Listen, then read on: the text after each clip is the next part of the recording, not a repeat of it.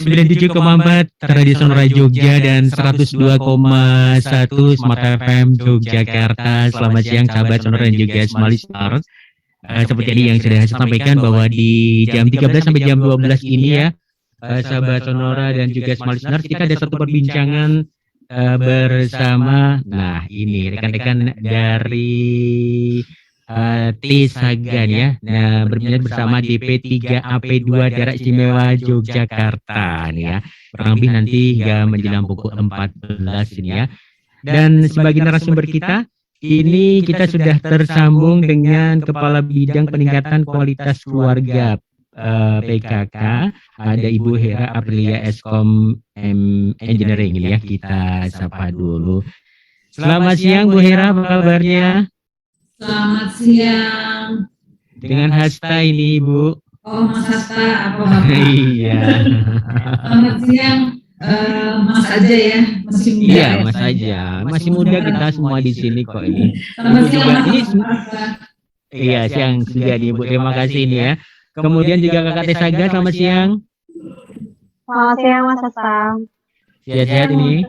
Sehat alhamdulillah. Sehat. Mas Hasta sehat ya Mas? Sehat juga ini, karena kita ini mau membahas seputar ketahanan keluarga, jadi ya semuanya harus sehat. Oke, baik. Dan kita mengundang Anda sahabat Sonora dan juga Smart Listeners yang ingin bergabung ya tentunya di perbincangan kita di siang kali ini. Anda bisa teleponnya di 557762 ataupun juga SMS dan WhatsApp-nya di 081754832000. Kita mau berbincang temanya yaitu seputar ketahanan keluarga ya. Oke. Ibu Hera dan juga teman-teman kakak Tesaga. Nah, kalau kita berbincang seputar, sebelum kita jauh lebih detail lagi ya seputar gimana sih ketahanan keluarga itu mestinya harus ada kayak. Nah, ini pengen tahu dulu seputar definisi keluarga dan juga nanti ketahanan keluarga itu seperti apa ini Bu Hera? Ya, makasih Mas Hasta dan juga selamat siang pemirsa Sonora ya. Ya. Perkenalkan saya Hera, Kepala Bidang Peningkatan Kualitas Keluarga yang sudah disampaikan tadi oleh Mas Hasta. Jadi berkaitan dengan ketahanan keluarga, ada regulasi yang mengatur itu Pak. Jadi Mas. Iya, tapi kesepakatannya Mas loh ini nanti.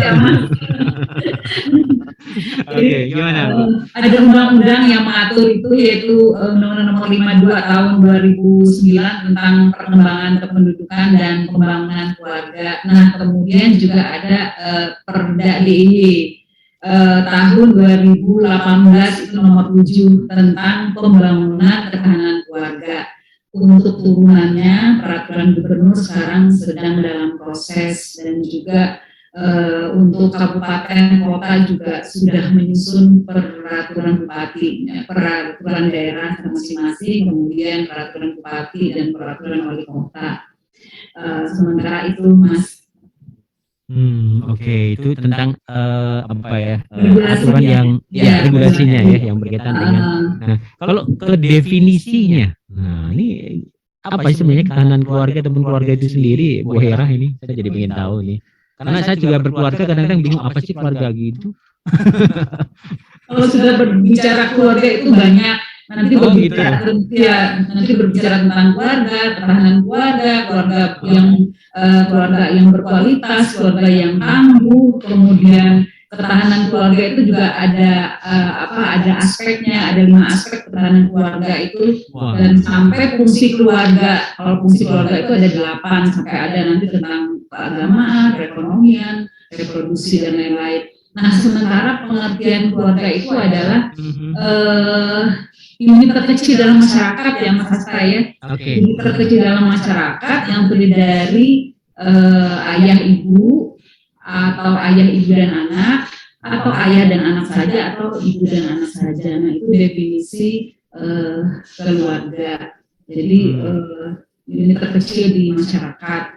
Sedangkan ketahanan keluarga itu sendiri adalah kondisi di mana keluarga dalam mengelola sumber daya fisik maupun non fisik dan mengelola masalah yang dihadapi untuk mencapai tujuan yang berkualitas dan tangguh. Nah, itu definisi Nah, sedangkan keluarga yang berkualitas itu keluarga yang bagaimana ya? Ya, berkualitas seperti apa ini ya? Jadi kalau keluarga yang berkualitas itu adalah keluarga yang dibentuk berdasarkan perkawinan yang sah ya. Jadi istilahnya keluarga yang sah, kemudian bercirikan sejahtera, sehat, maju, mandiri, memiliki jumlah anak yang ideal ya.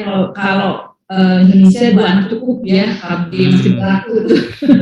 Kemudian berwawasan ke depan, bertanggung jawab, harmonis dan bertakwa kepada Tuhan Yang Maha Esa. Nah itu keluarga yang berkualitas. Kemudian ada lagi keluarga yang tangguh, Mas. Jadi banyak, definisinya sangat banyak.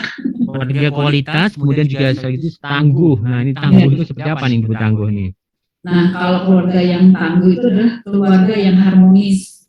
Jadi harmonis, tidak hanya harmonis saja, tapi di mana mereka bisa berkomunikasi untuk berbagi peran. Jadi dalam anggota keluarga harus ada peran ibu, ada peran ayah, ada peran anak.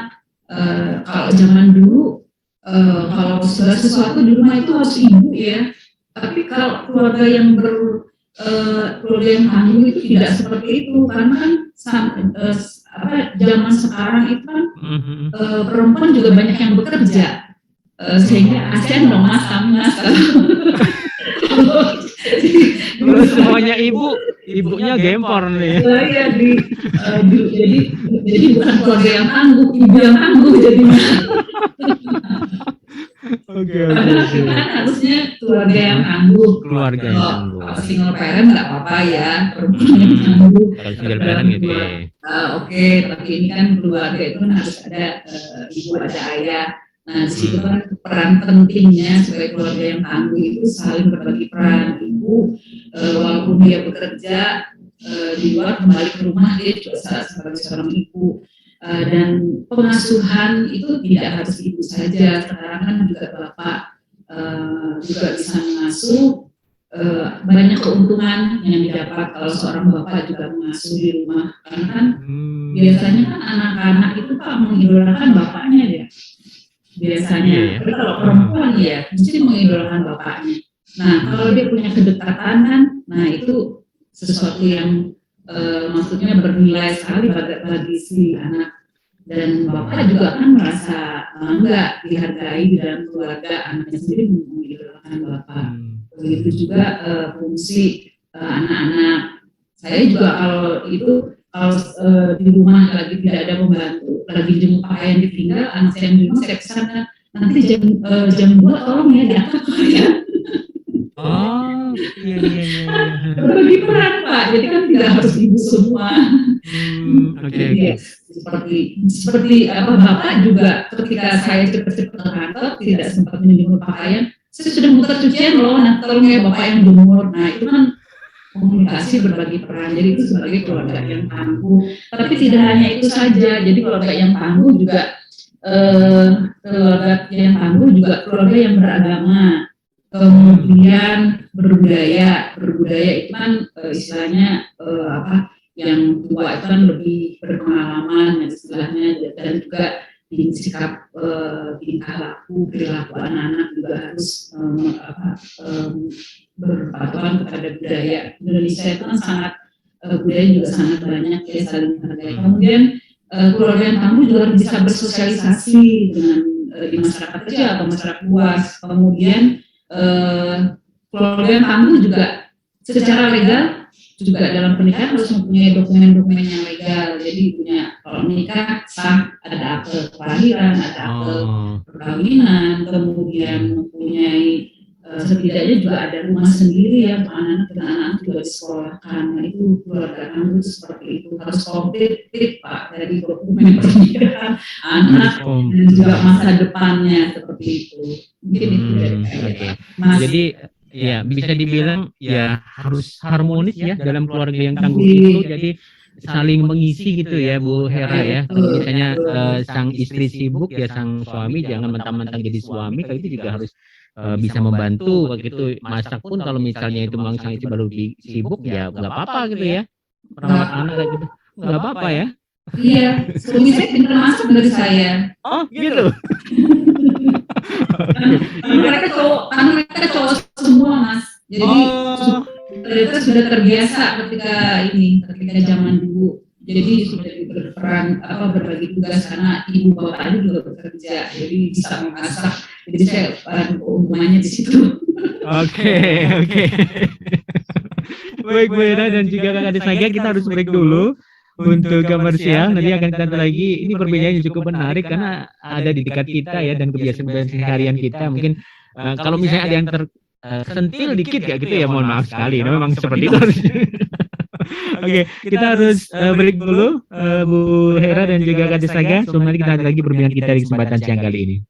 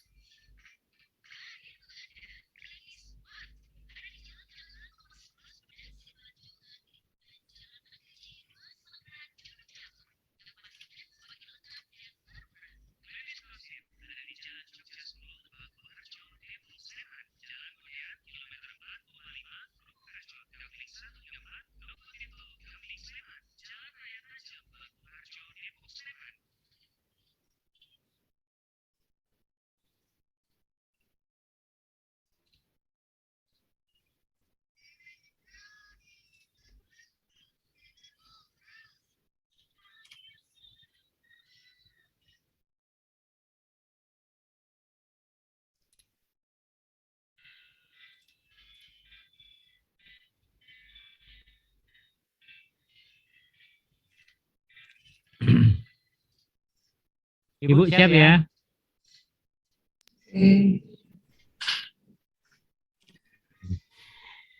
Baik Sobat Sonora dan juga small listeners, kita masih di perbincangan di kesempatan siang kali ini ya seputar ketahanan keluarga bersama DP3AP2 dari Semewa Yogyakarta ya.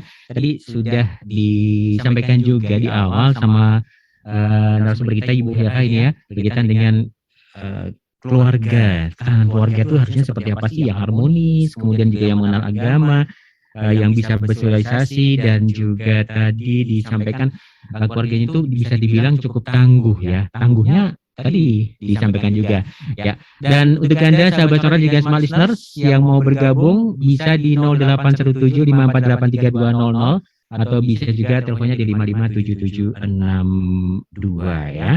Jika menjelang pukul 14 nanti perbincangan kita ya. Ibu, kalau kita tadi sudah di awal disinggung berkaitan dengan ketahanan keluarga itu seperti apa, yang tangguh dan sebagainya gitu ya. Nah, kalau ngomongin seputar konsepnya itu sebenarnya seperti apa konsep dan sebenarnya arah yang dituju ketahanan keluarga itu seperti apa, Ibu? Monggo. Ini sebelum saya melanjutkan, saya sampaikan juga bahwa dinas kami, Dinas Pemberdayaan Perempuan, Perlindungan Anak dan Pengendalian Penduduk, ada layanan konseling ada layanan konseling online yang namanya Tesaga. Jadi telepon sahabat anak. Kemudian nanti yang ini Mbak Rati nanti ya yang dari Tesaga. Jadi kalau kita punya permasalahan di dalam keluarga, nanti kita bisa nelpon online ke Tesaga. Kemudian kita juga di P3 Pribadi ada namanya Resodia Utami. Jadi jika dalam ada permasalahan yang dihadapi masyarakat berkaitan dengan kekerasan, baik itu perempuan atau anak-anak atau perempuan yang bermasalah hubungan keluarganya, itu bisa kita lakukan assessment. Nanti jika ada aduan, kami menerima aduan baik lewat Tesaga maupun secara langsung, itu nanti akan bisa dibantu oleh RDU. Jadi di Resodia Utami itu ada psikolognya, kemudian ada bantuan hukumnya juga, mungkin nanti bisa ditambahkan sama Mbak Ratri ya. Ada bantuan dari hukum juga di sana, dan juga seandainya harus ada tindakan lanjut yang mengharuskan mereka harus dirawat atau ada pendekatan secara psikis gitu, di sana juga ada tempat untuk penginapan sementara, dan juga di sana ada secara rohani juga ya, ada dibimbing, ada ustaz, ada untuk yang muslim atau non muslim juga ada pendampingan di sana. Baiklah, masuk kepada konsep ketahanan keluarga. Jadi di dalam ketahanan keluarga itu sebenarnya ada 5 aspek, Mas. Jadi ada 5 aspek. Yang pertama itu adalah legalitas dan keutuhan keluarga. Nah, di dalam legalitas dan keutuhan keluarga itu, di dalam keluarga itu harus lengkap untuk dokumen perkawinan. Jadi secara legal itu semua ada. Jadi ketika menikah dia punya surat akte perkawinan. Kemudian ketika punya anak dia harus ada akte kelahiran anaknya. Nah, kemudian harus ada kartu keluarga, kemudian ada kartu identitas anak, kemudian ada KTP, kemudian juga ada akta kematian. Jadi dokumen-dokumen berkaitan dengan itu harus ada. Kemudian yang kedua adalah aspek dari ketahanan ekonomi. Nah, aspek dari ketahanan ekonomi itu di dalam keluarga itu harus istilahnya harus punya pendapatan ya, ayah atau ibu yang bekerja. Jadi dalam berkeluarga kan kita pasti banyak keperluan untuk kehidupan. Nah, itu juga harus bisa terpenuhi dari sisi ekonomi, dan juga ada jaminan untuk masa tua, misalnya menabung atau bagaimana, atau aset yang kita punya, aset yang lain. Nah, yang ketiga itu adalah ketahanan keluarga juga harus dari sisi sosial budayanya. Jadi dari sosial budayanya ya masuk di dalam beragama tadi, itu masuk dalam sosial budaya kita, taat beragama, kemudian peduli kepada lingkungan sosial, dan juga harus ada pendidikan untuk keluarga kita. Nah, yang keempat itu adalah ketahanan sosial psikologi. Jadi, ketahanan sosial psikologi ini adalah berkaitan dengan keharmonisan tadi. Jadi secara psikologis ya, Pak Ratri itu nanti yang lebih pintar berkaitan dengan itu. Nah, kemudian yang terakhir adalah konsepnya dari sisi fisik, jadi ketahanan fisik. Jadi ketahanan fisik kita hidup itu kan perlu makan, perlu tenaga. Nah, itu juga harus diperhatikan. Tidak harus enak, maksudnya tidak harus makanan mahal, tapi yang penting kita tercukupi lah makan. Kalau seperti orang Jawa kan tahu, tempe, sayur sudah cukup ya. Kemudian juga gizi, sandang juga tidak harus mahal, tapi juga harus terpenuhi. Kemudian tempat tinggal yang layak juga tidak harus bagus kan, yang penting layak. Kalau sudah punya anak yang besar harus terpisah antara anak laki dan perempuan untuk menghindari hal-hal yang tidak diinginkan. Kemudian juga untuk kesehatan juga perlu diperhatikan, dan juga kesehatan lingkungan. Itu Mas konsep daripada ketahanan keluarga tadi, ada 5 aspek tadi. Oke. Baik Bu Era, saya tak ke teman-teman Tesaga dulu ya Ibu ya. Ya, monggo. Oke. Kakak Tesaga. Iya, Mas Asa. Oke, ini Kak Tesaga ini tadi sudah dijelaskan berkaitan dengan keluarga tangguh dan juga ada konsep berkaitan dengan ketahanan keluarga.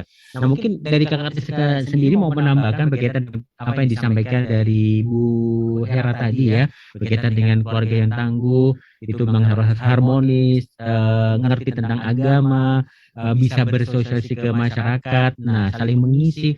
Nah, punya pengalaman ini berkaitan dengan itu, Kak Desaga? Oke, silakan. Ya, terima kasih Mas Haska. Sebelumnya sudah dijelaskan dengan sangat lengkap oleh Vera ya, karena Ya. beliau pakarnya di situ juga Oh. sudah berkecimpung. Jadi segala misalnya definisi, kemudian undang-undang tadi sudah disebutkan. Kalau dari Tesaga sendiri, sebenarnya konsultasi terkait dengan keluarga cukup banyak ya, apalagi terkait dengan misalnya ada konflik dengan suami atau dengan anak, itu pasti ada. Kemudian ada juga yang minta saran ketika itu tadi konflik dengan suami atau dengan mertua, bahkan juga ada seperti itu. Oke. Jadi ini ya, psikolognya keluarga. Iya, Oke. gitu. Oke. Nah, ini di kala pandemi seperti ini seperti apa ini? Hal-hal yang dikonsultasikan ke teman-teman atau kakak Desaga kayak gitu. Kebanyakan.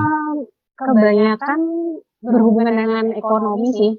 Berhubungan dengan ekonomi kan ada yang kena PHK, kemudian kehilangan pekerjaan seperti itu. Terus ada yang istrinya diminta untuk berhenti kerja agar fokus ke keluarga, padahal secara finansial juga belum mencukupi seperti itu.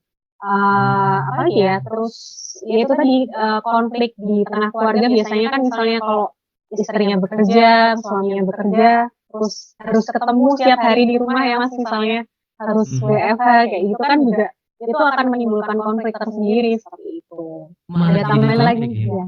Iya betul. Kan ketika apa ya istilahnya secara 1 kali 24 jam gitu ya ketemu dengan suami atau istri setiap hari itu juga kadang kalau tidak terbiasa tuh juga gimana ya kayak kamu lagi kayak gitu. Terus melihat kebiasaan melihat kebiasaan misalnya suami yang apa misalnya berantakan atau istri yang terlalu mengatur di rumah itu juga bisa jadi sumber konflik tersendiri seperti itu. Kak Tesaga ada tambahan lagi yang lain? Kak Desaga yang lain. Kak Nurdiana. Saya izin menambahkan ya Mas. Oke, tapi jangan curhat ya. Enggak curhat. Jadi terkait konflik-konflik yang biasa terjadi di masa pandemi ini banyak sekali ya. Jadi ketika orang tua harus bekerja, kemudian harus mendampingi anak belajar dari rumah. Ketika tidak ada pembagian peran yang baik antara ayah dan ibu, juga bisa menjadi konflik seperti itu. Jadi sebenarnya kan dalam tugas pengasuhan dan pendampingan anak itu kan tidak hanya tugas ibu semata, ayah juga harus berperan di dalamnya seperti itu. Jadi hal-hal seperti itu juga perlu dikomunikasikan sebenarnya. Oke. Itu tambahan dari saya. Menarik, ini makin menarik ya, makin kesini ya. Oke, tapi kita harus break lagi. Ini Kakak Desaga dan juga Bu Hera. Sebelum nanti kita lanjutkan ke segmen berikutnya, karena juga sudah ada beberapa pertanyaan yang masuk. Ini nanti akan kita sampaikan juga ya. Baik, untuk Anda juga sahabat sonora dan juga listeners, masih dibuka kesempatan yang mau bergabung untuk SMS dan juga WhatsApp di 081754832000 atau bisa juga telepon di 557762.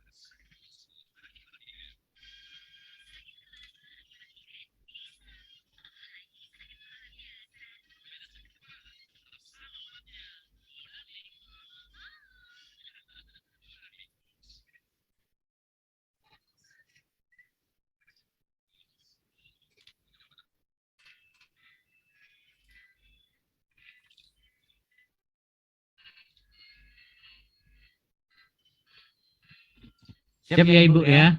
Kakak Desaga.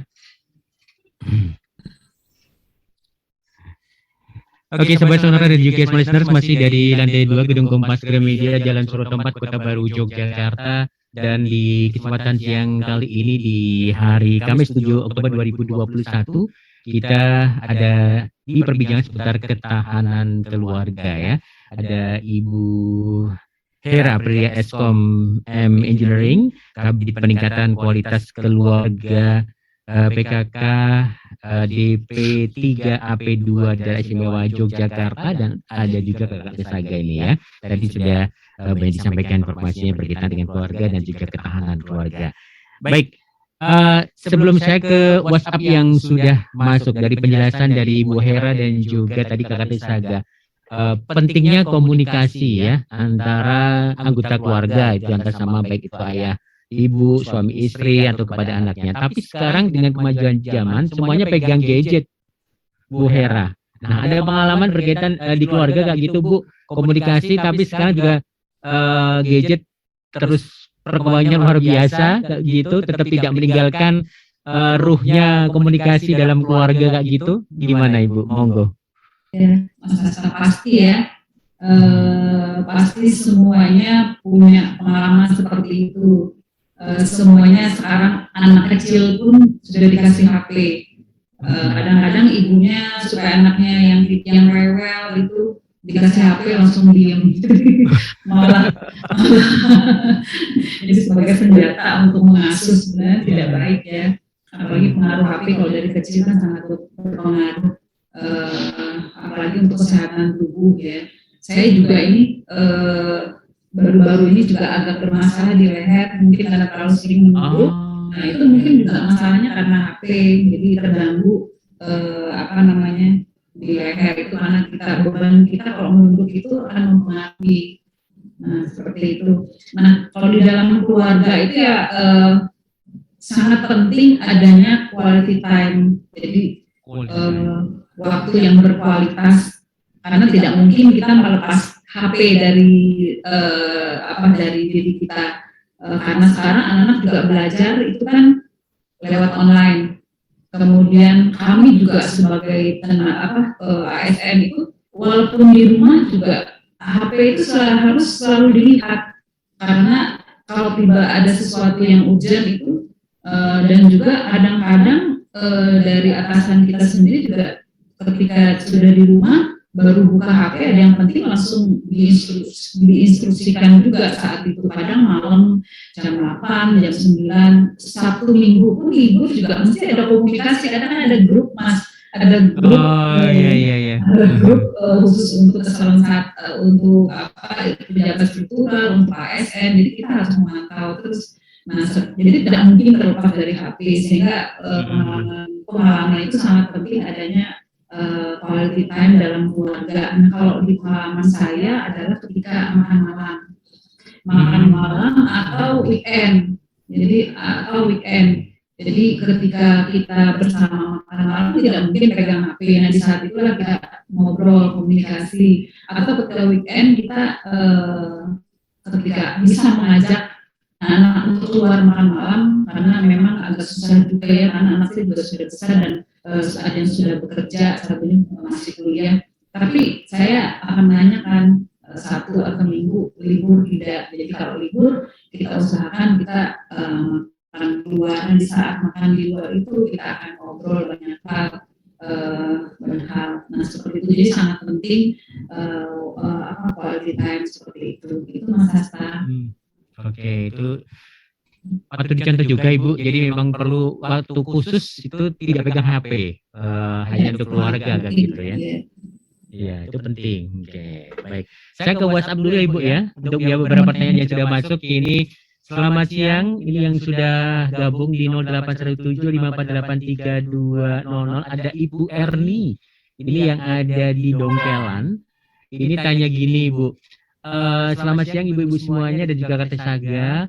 Ini saya mau tanya, apakah kalau terjadi masalah yang tadi disampaikan menyangkut ketahanan keluarga, itu semuanya harus diselesaikan dengan undang-undang yang ada, mengacu pada undang-undang yang ada ya, atau seperti apa sih sebenarnya? Terima kasih, selamat siang. Oh, berat ini Bu, haruskah pakai hukum semuanya? Bu Erni, nah ini gimana Bu Hera? Ini Bu Erni di Dongkelan.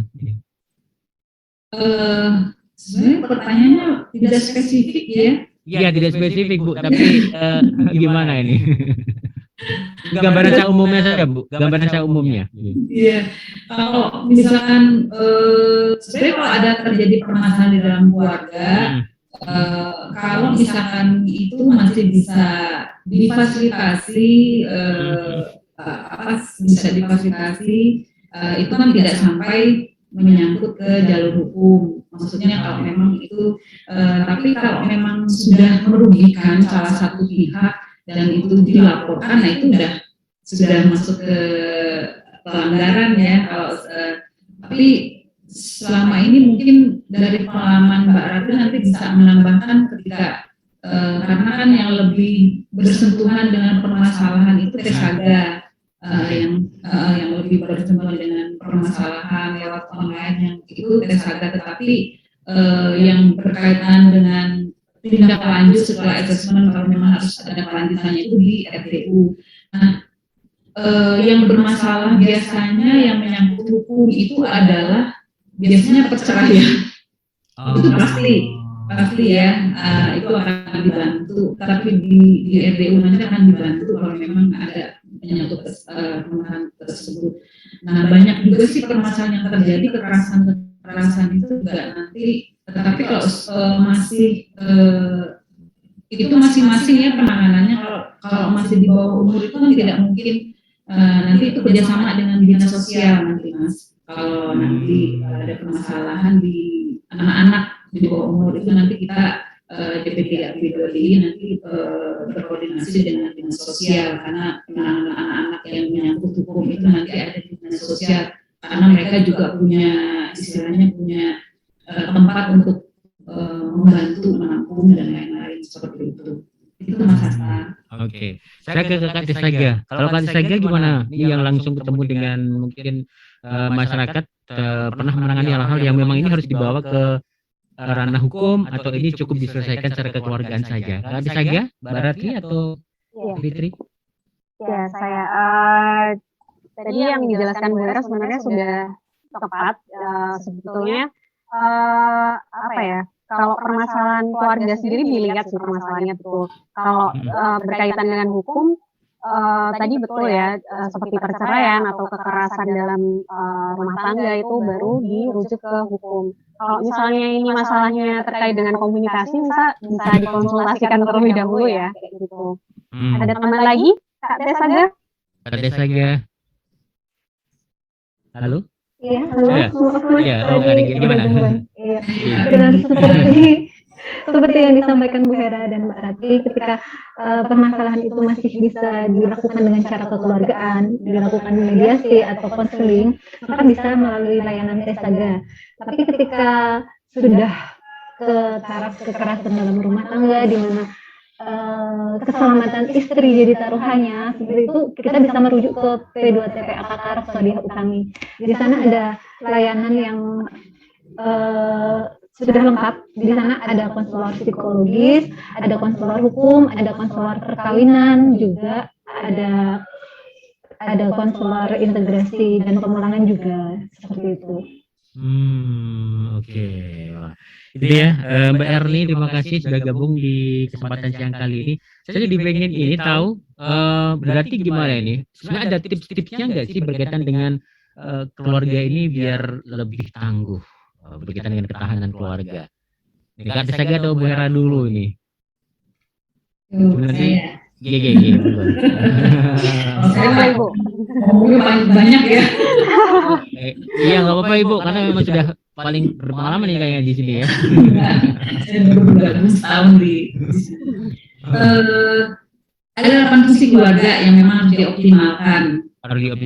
Iya, yang harus dioptimalkan. Jadi 8 fungsi keluarga itu, yang pertama adalah fungsi keagamaan. Jadi nilai agama itu memang harus diajarkan dan diberikan ya dalam keluarga.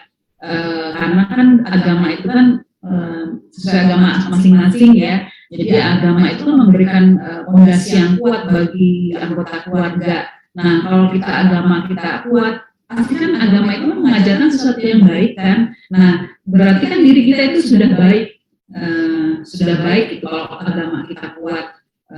Tetapi bukan kita, karena kita harus istilahnya saling menghargai, karena negara kita kan negara Bhinneka Tunggal Ika, jadi harus saling menghormati. Tapi ketika kita punya agama masing-masing, kita sudah punya fondasi, jadi kita akan punya iman yang kuat kalau memang kita digoda untuk berbuat hal yang tidak baik.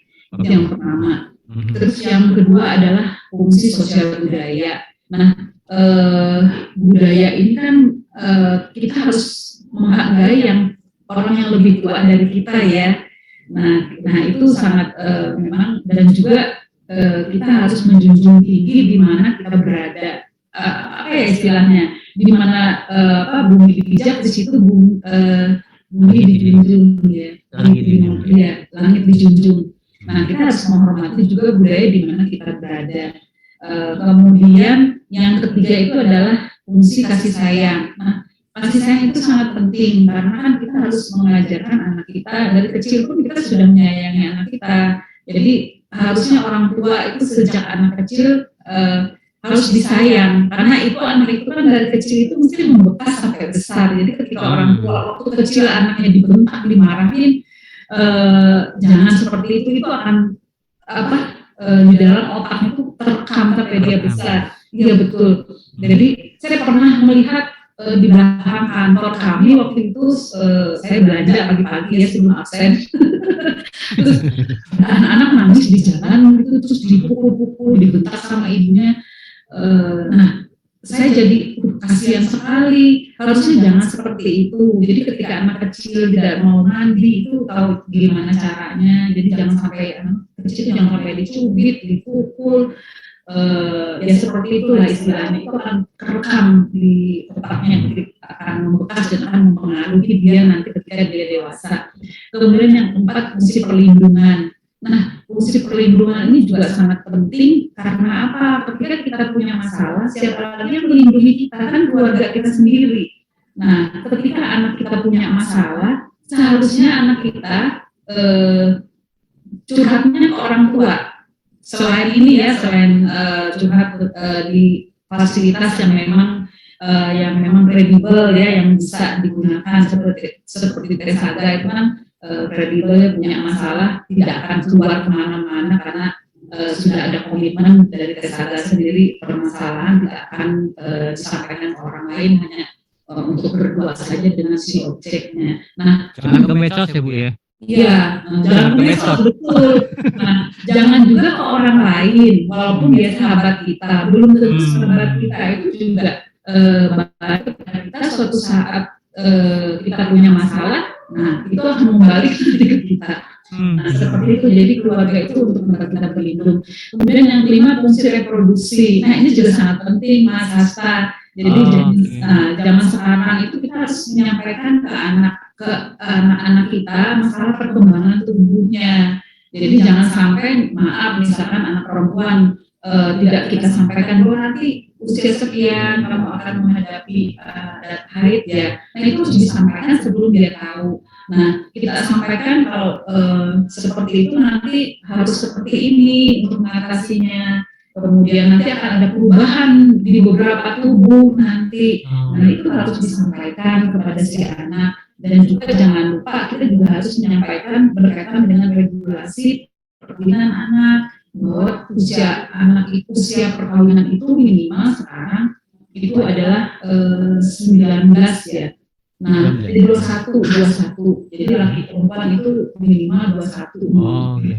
Ya, kalau dulu kan perempuan 16, kalau nggak salah ya 18 ya, laki-laki 19, sekarang sama 21. Walaupun idealnya laki-laki itu menikah di usia 25 atau 26 kalau tidak salah. Tetapi 21 sekarang peraturannya. Nah, kemudian fungsi selanjutnya itu adalah pendidikan. Jadi kita juga harus memberikan pendidikan yang layak bagi anak-anak kita dan juga membiasakan pendidikan di rumah. Jadi bukan formal ya.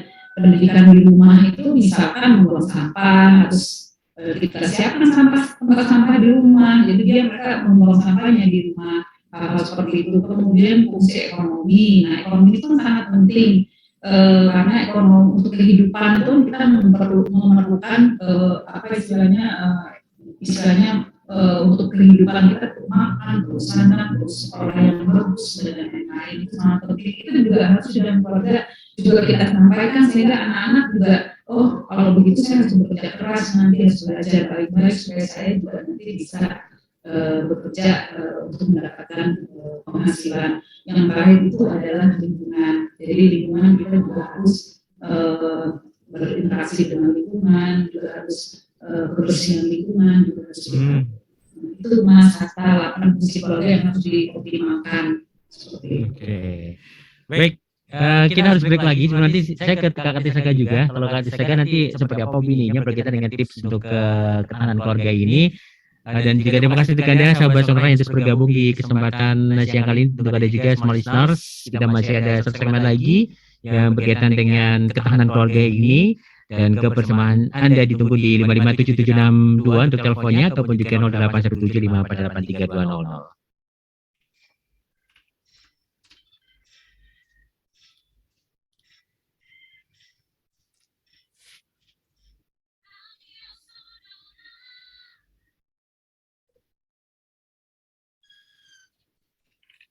Bu Ira sama Kak Tisaga nanti agak lebih dari jam 2 ya, karena tadi agak mundur. Ji, mungkin agak mundur, mungkin beberapa menit Ya, Kak gitu ya. Mas. Ji. Ya, Mas Rasa.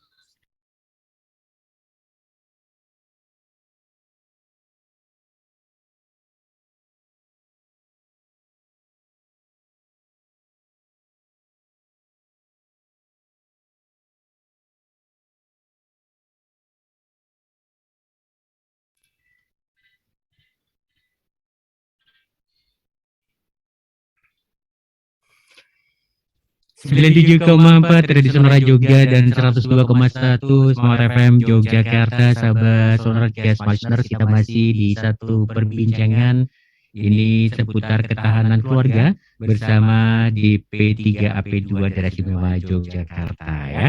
Ya, ada Ibu Hera dan juga Kakak Saga ini yang jadi narasumber kita. Kita lanjut dulu ke Kakak Saga. Ya, Mas Asa. Iya, kalau dari Kakak Saga mungkin ada satu pengalaman juga berkaitan tips ketahanan keluarga ini. Ingin apa ini? Silakan. Iya. Kalau dari Tesaga sendiri ini mungkin menambahkan dari fungsi keluarga yang disebutkan oleh Bu Hera tadi ya. Kalau dari kami, istilahnya keluarga ini perlu untuk mengingat kembali visi dan misi mereka, tujuan menikah itu apa, seperti itu. Nilai-nilai yang dibawa seperti apa, karena itu penting, apalagi kalau sudah punya anak, ya, itu pasti akan dibawa sampai mereka dewasa bahkan menikah. Karena bagaimanapun juga kehidupan anak setelahnya, misalnya nanti mereka berkeluarga itu juga role modelnya adalah keluarga mereka sendiri, seperti itu. Kemudian terkait juga dengan pembahasan ekonomi seperti itu, Mas, komunikasi, kemudian fungsi agama tadi sudah disebutkan oleh Bu Hera. Jadi misalkan diagendakan khusus ya, misalnya sholat 5 waktu harus jamaah gitu misalnya, atau ke gereja gitu misalnya di hari Sabtu atau Minggu seperti itu. Ada tambahan lagi Kak Tesaga? Baik, saya menambahkan ya Mas, seperti yang telah disampaikan oleh Bu Hera tadi dan teman kita Kak Tesaga. Jadi tips untuk meningkatkan ketahanan keluarga, kita bisa memperbaharui komitmen atau kebijakan yang telah disepakati di dalam keluarga itu. Terlebih kan saat ini kondisi sudah berubah karena adanya pandemi. Jadi ada hal-hal mungkin yang sudah tidak bisa diterapkan, sehingga itu kita review kembali mana yang harus kita perbaiki, misalkan terkait pengeluaran bulanan keluarga misalnya atau hal lain. Kemudian ada pembagian peran yang seimbang antara ayah dan ibu tadi ya, dalam mendampingi anak belajar di rumah maupun dalam mengerjakan pekerjaan rumah tangga seperti itu. Selain itu kita juga dapat mulai mengenali, kemudian memprediksi kira-kira tekanan apa sih yang dihadapi oleh keluarga kita, kemudian masalah-masalah apa yang muncul di masa pandemi, kemudian bagaimana sih caranya biar tetap tercipta komunikasi yang baik di antara keluarga, komunikasi yang positif seperti itu, sehingga kita bisa mencari jalan keluar bersama atas segala permasalahan yang ada. Seperti itu sama dari saya. Oke, menarik ini. Komunikasi yang baik ya antara anggota keluarga itu penting banget. Jadi satu pertanyaan yang sudah masuk ada Mbak Rinda. Ini selamat siang Mbak Rinda, terima kasih sudah gabung juga. Ini tanya gini, bagaimana caranya istilahnya mengingatkan pada suami ketika memang tidak sesuai dengan perannya gitu, biar tidak terkesan kita itu cerewet dan masih bisa menempatkan suami itu sebagai kepala rumah tangga. Karena di keluarga kami itu suami ada budaya suami memang harus dihormati. Nah, dihormati, dijunjung setinggi-tingginya. Terima kasih. Ada Mbak Rinda ini di Jogja, nggak nyebutin alamat lengkapnya ini. Monggo ini Bu Hera, ini gimana Ibu? Mungkin ada pengalaman atau mungkin pernah menangani hal semacam ini? Yang tahu di keluarga itu kan keluarga itu sendiri ya. Jadi kalau memang, jadi kita tidak bisa mengukur rata, istilahnya harus kalau memang di satu sisi juga ada budaya-budaya tertentu yang memang harus dihormati, tetapi juga itu istilahnya juga perlu pendekatan juga.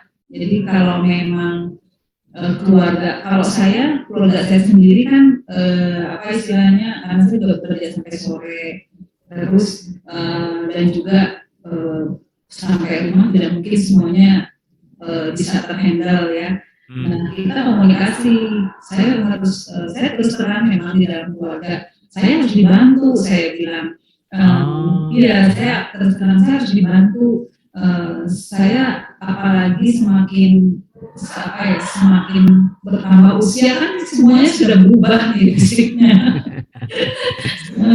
Semuanya sudah berubah. Nah, saya terus terang, saya bisa dibantu dari suami, dari anak-anak. Nah, kadang-kadang kalau terpaksanya sudah pulang itu ya tidak bisa lagi memasak, waktunya sudah mepet, sudah pada lapar, ya kita GoFood istilahnya. Zaman sekarang kan sudah lebih mudah. Nah, tetapi kita juga tidak bisa memaksa ya, tidak bisa memaksa. Misalkan memang suami kita itu mempunyai budaya seperti itu, tapi tidak salahnya kita komunikasikan. Jadi kita komunikasikan, jadi kita cari momen yang tepat, waktu yang tepat, kita berdiskusi, ya dengan kita diskusi seperti itu yang bisa jadi akan ada jalan keluarnya. Nah, seperti itu Mas, kalau masukan dari saya. Oke. Kakak Tisaga? Halo Kakak Tisaga? Halo Mas Sasa. Ya, Iya. ada saran kalau dari Kakak Tisaga? Dari Bu Hera sudah sangat Lengkap ya? tepat ya, Oke. maksudnya komunikasi terbuka antar pasangan itu memang perlu gitu. Apa yang kita rasakan, apa yang kita butuhkan itu memang perlu disampaikan kepada suami ataupun sebaliknya gitu. Apalagi misal sama-sama berkarir ya, kayak tadi di awal itu perlu didiskusikan terkait dengan tugas domestik nih, ya. Kan kalau misalnya nyuci kan nggak harus perempuan gitu ya, masak tuh nggak harus perempuan, laki-laki juga bisa kayak gitu. Jadi itu lagi sih balik ke komunikasinya tadi ya, dan berbagi peran itu seperti apa gitu. Kalau misalnya di budayanya tadi misalnya laki-laki itu adalah seorang pemimpin keluarga dan harus dijunjung dan dihormati, ya kita balik lagi itu nilai yang seperti apa yang baik kita atau tidak seperti itu. Maksudnya untuk kebaikan keluarga kita bersama kan kita sebenarnya punya nilai sendiri gitu Mas. Oke, jadi keterbukaan ya di antara suami dan istri tadi disampaikan Bu Hera juga disampaikan kalau misalnya saya pulang sampai sore, saya butuh bantuan ini dan itu. Ini patut dicontoh juga kayaknya ini ya. Jangan disembunyikan akhirnya grundel di belakang lagi itu malah nggak baik ya. Oke. Baik Kakak Tisaga dan juga Bu Hera, asik sekali ngobrolnya di siang kali ini. Dan ini untuk mengakhiri kebersamaan kita, walaupun ini sebenarnya obrolan seperti ini nggak cukup nih 1 jam saja, harus ditambah lagi jamnya. Nah, ini untuk mengakhiri kebersamaan kita, apa ini yang mau disampaikan pesan-pesannya ke sahabat sonar juga smart listeners? Ini berkaitan dengan ketahanan keluarga. Biar keluarga sekarang yang harmonis, makin harmonis, yang belum bisa dikejar untuk keharmonisannya. Monggo Bu Hera. Iya, berkaitan dengan ketahanan keluarga, seperti pembicaraan kita sebelumnya, yang pasti dalam keluarga itu harus melengkapi kehidupannya dengan 5 aspek ketahanan keluarga tadi. Jadi ketika menikah itu kan mereka dan juga untuk selanjutnya anak dan lain-lain. Kemudian 5 aspek itu harus kita laksanakan. Kemudian yang kedua itu adalah mengoptimalkan fungsi keluarga tadi. Jadi fungsi keluarga itu dioptimalkan. Itu sudah menjadi dasar yang sangat kuat untuk ketahanan keluarga. Nah, tinggal kita menyesuaikan dengan keluarga kita sendiri dan juga dengan kondisi zaman sekarang bagaimana. Tapi dasar yang sudah saya sampaikan itu sudah menjadi dasar yang kuat untuk ketahanan keluarga. Begitu Mas.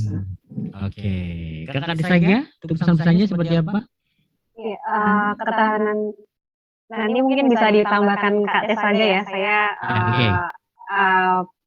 ketahanan keluarga memang dibutuhkan ketika kita sebelum mulainya kita perlu misalnya kayak ada pendidikan pranikah seperti itu atau konsultasi pranikah, itu juga membantu untuk mengetahui apa saja yang perlu diperlukan ketika sudah berkeluarga gitu.